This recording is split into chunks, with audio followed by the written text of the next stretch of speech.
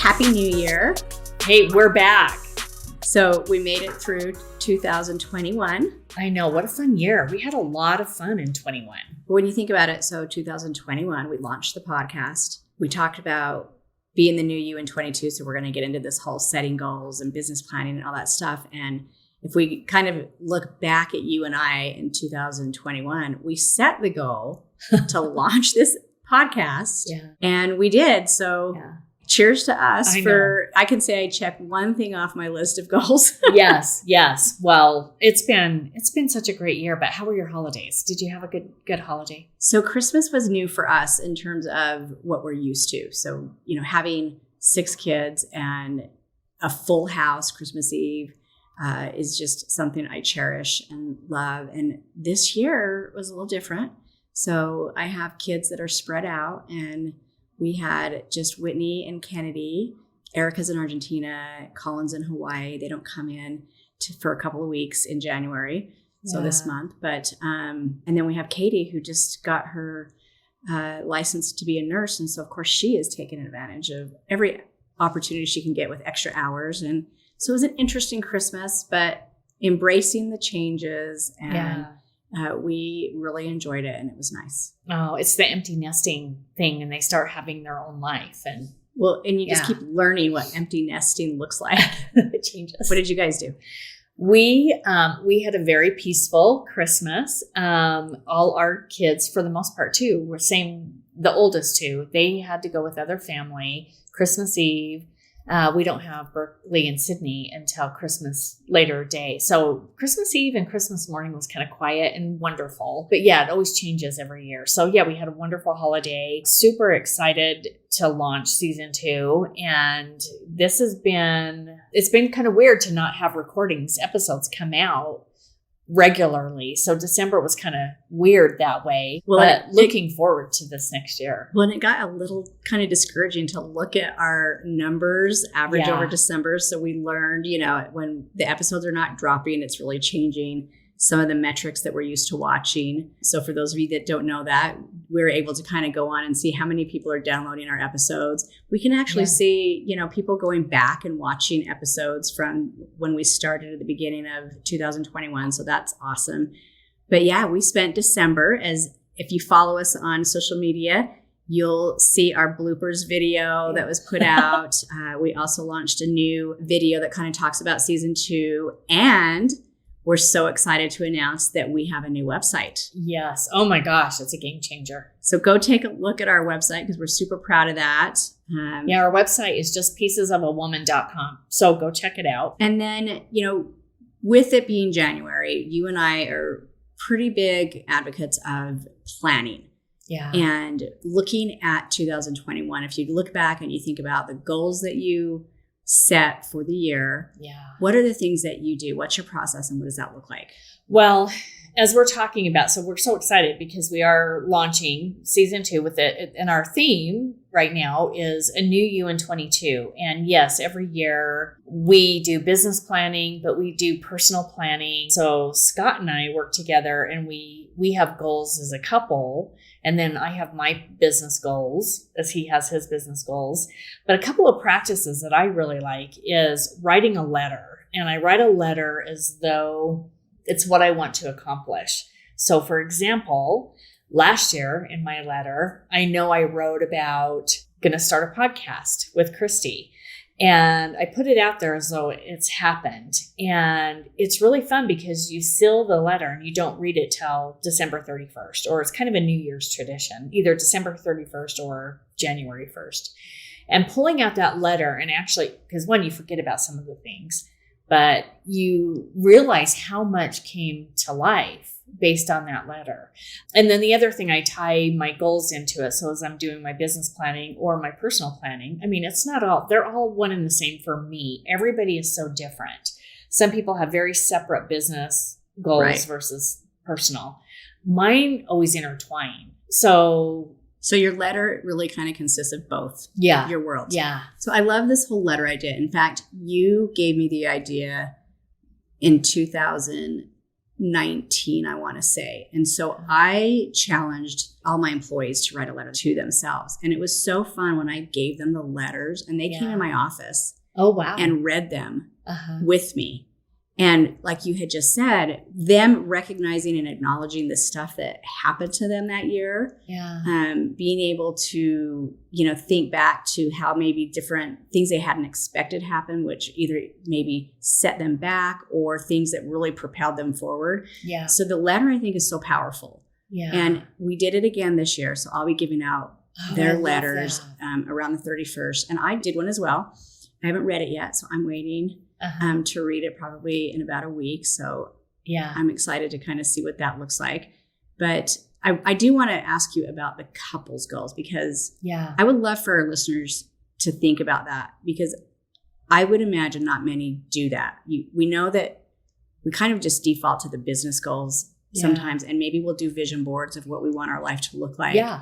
But what does it look like couples goals? Because that's powerful. If you're both on the same page. And maybe you're looking at it from, what do we want to do financially? Or what is it we want to do to our house this year? Or what do we want to do physically? Like, what does that look like? Tell me what you guys do. No, I love that. And I actually got this from my daughter, Tasia, a few years ago. That was something and I go, oh my gosh, that's a great idea. So Scott and I started doing it. But it's really, and we sat down and had a conversation and it's all of that, right? It's, what do you really want to happen next year? One of our big goals next year is a lot of travel.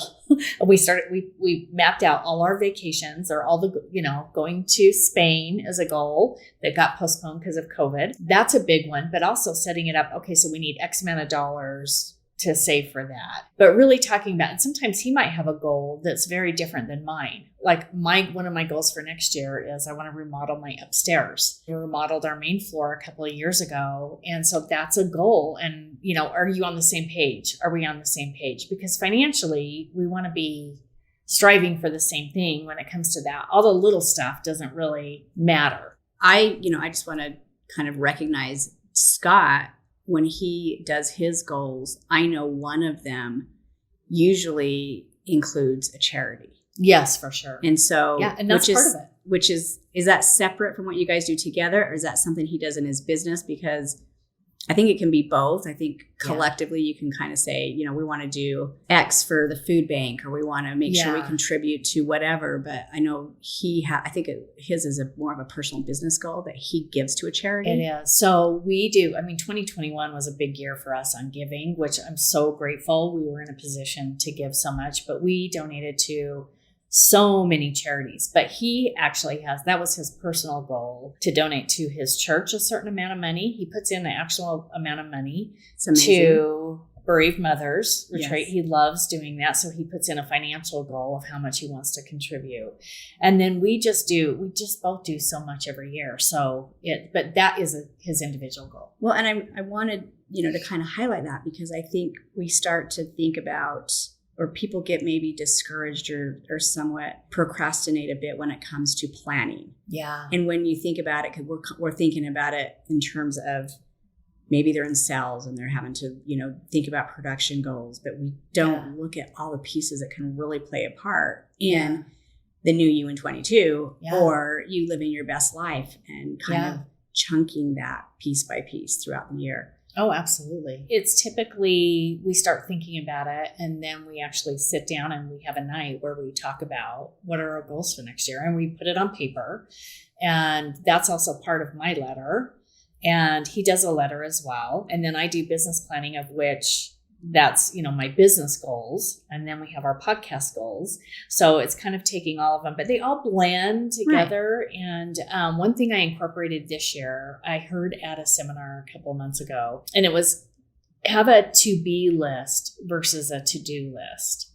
And who do I want to be? And that was really powerful, and kind of my big, what's on my radar right now and what I'm really passionate about is, I'm sure some people know, Brene Brown came out with a new book in was at the end of November, early December. And it was called The Atlas of the Heart. And it's talking about tying your vocabulary to the emotions you're feeling. Most of us don't know how to articulate what we're feeling or what we're going through. So it kind of ties into who do I want to be versus a to-do list. So a to-be list. Anyway, so that's part of my plan. I think that's amazing. Yeah, I love that.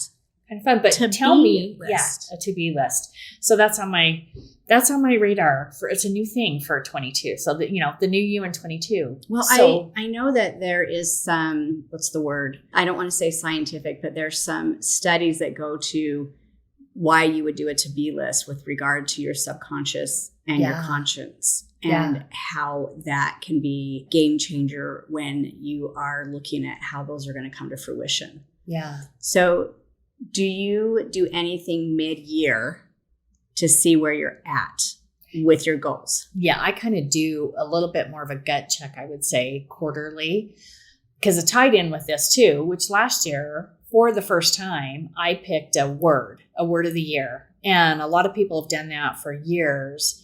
But the intention behind the word of the year is typically is something that you want to work on.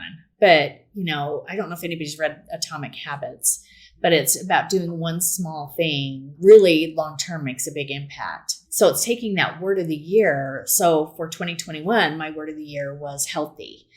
And that encompassed healthy diet, exercising more, being more committed to working out, but also healthy relationships and really focusing on boundaries and having healthy relationships. And I have loved that word. And I almost wanted to adopt that for the second year, just because I felt like I still needed to focus on it. So it's areas where you feel like you need to be better and you put that word everywhere. Well, you taught me that as well. And so my word for 2021, we made up. Yeah. It was my good. Word was gracious. Gracious. So that was gracious and patience. I remember. And the reason we did that is because I needed to be more practicing gratefulness, I felt. Yeah. But I also needed to learn to have more patience. And so I wanted to have them both. So we made our own word. So how did it work? Was it effective, or how did you feel about that when you did it? There were moments with different experiences that I had that I would say it in my head when I would recognize that maybe I was not demonstrating patience with someone or something. Yeah. And so it was constantly there. And I also had it on my computer, my monitor. So I printed a picture and I had the words across it, and it was taped to my monitor at work, because that's where I find I have to practice the most gracious. I still love that word. So that's a good, that's a practice for me. And in fact, I'm still working on creating what that word is for this year. And my goal is that when I do my business planning, my personal planning, that I have everything pretty much dialed in by the end of January. Oh, yeah. Okay.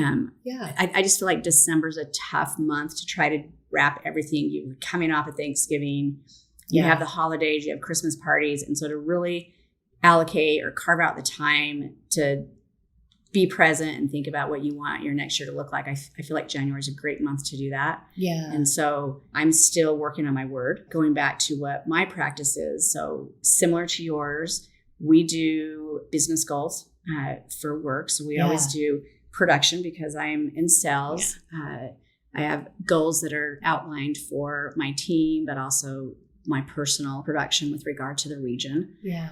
And then Kenny and I both in the past have done our personal goals, but we have not done an actual formal couples where we had looked at it together.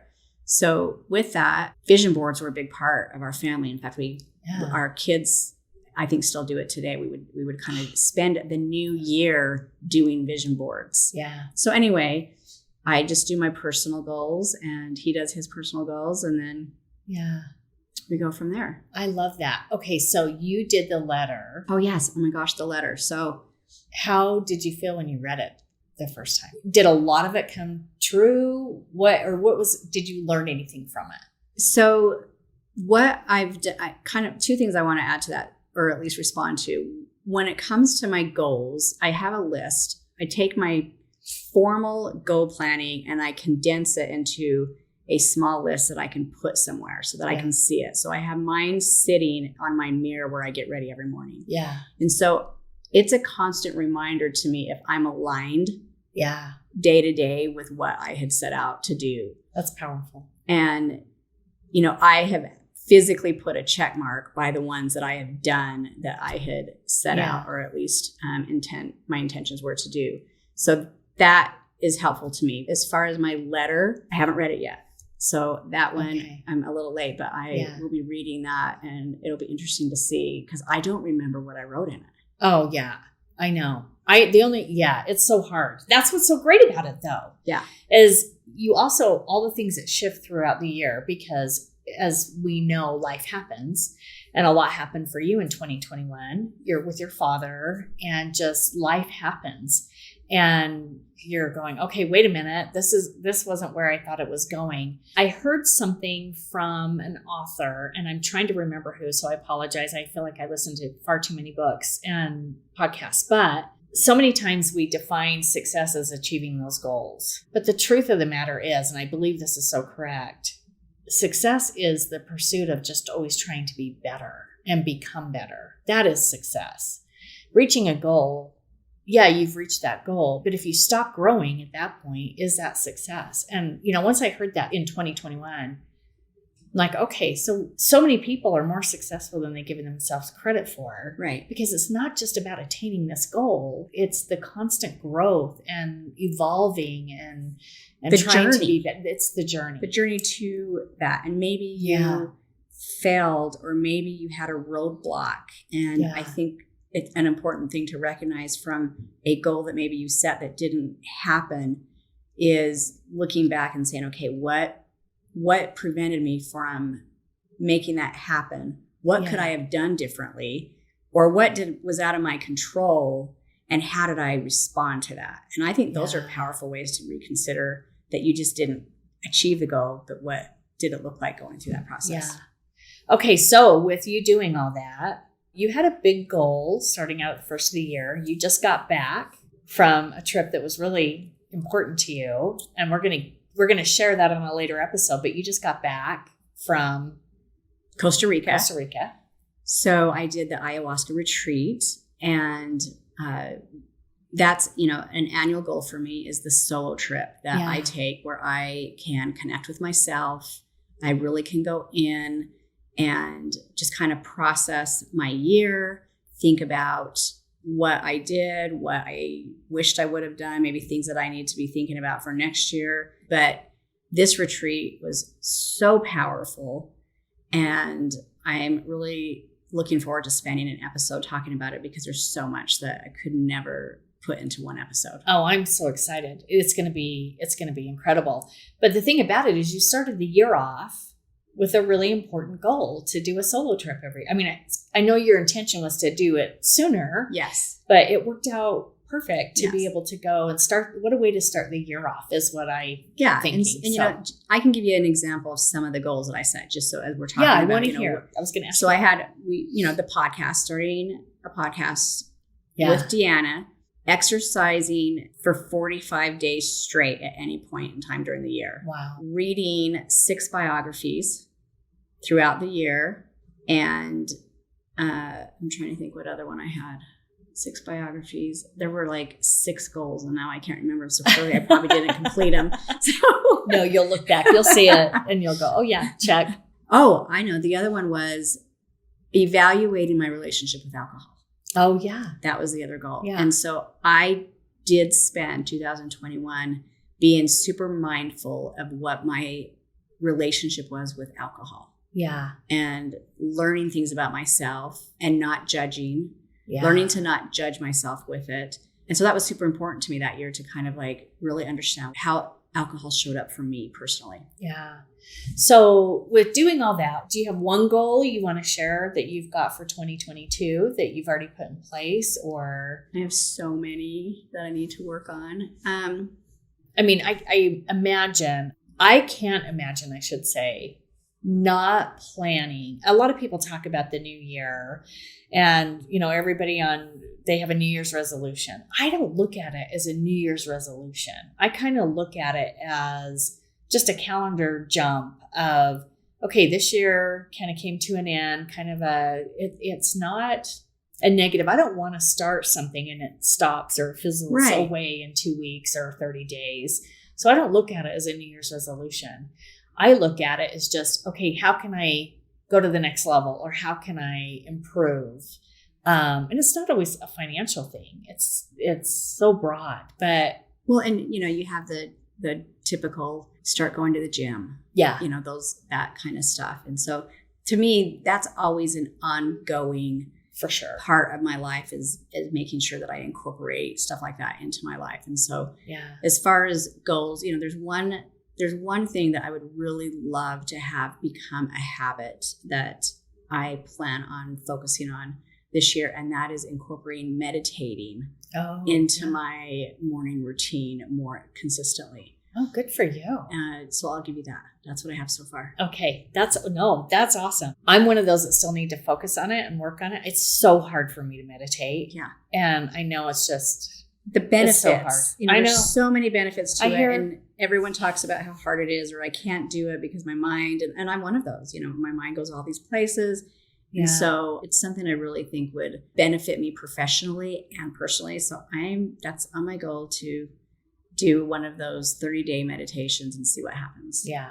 Oh, God, that's awesome. So we are both ready for this new year, and we're so excited, the podcast, but let's tell everybody a little bit about what we have coming up. We're so, so, so excited because we got some incredible guests that we have coming on, and it's pretty exciting. So we are all about the new you in 22.